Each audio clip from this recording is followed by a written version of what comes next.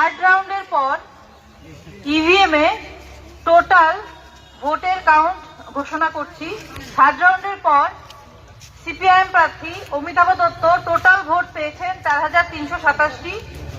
INC প্রার্থী চয়ন ভট্টাচার্য পেয়েছেন ৪৭৩৩টি। বিজেপি প্রার্থী জহর চক্রবর্তী পেয়েছেন ১৮,৪১২। বিভাস রঞ্জন দাস পেয়েছেন ২৩০টি। এসইউসিআই প্রার্থী সঞ্জয় চৌধুরী পেয়েছেন ১৮৬টি। প্রার্থী রোজেরাল দেবনাথ পেয়েছেন ৮৯টি ভোট। তৃতীয় রাউন্ডের পর ইভিএম কাউন্টে বিজেপি প্রার্থী ১৩,৭৩৯ ভোটে এগিয়ে আছেন। ধন্যবাদ।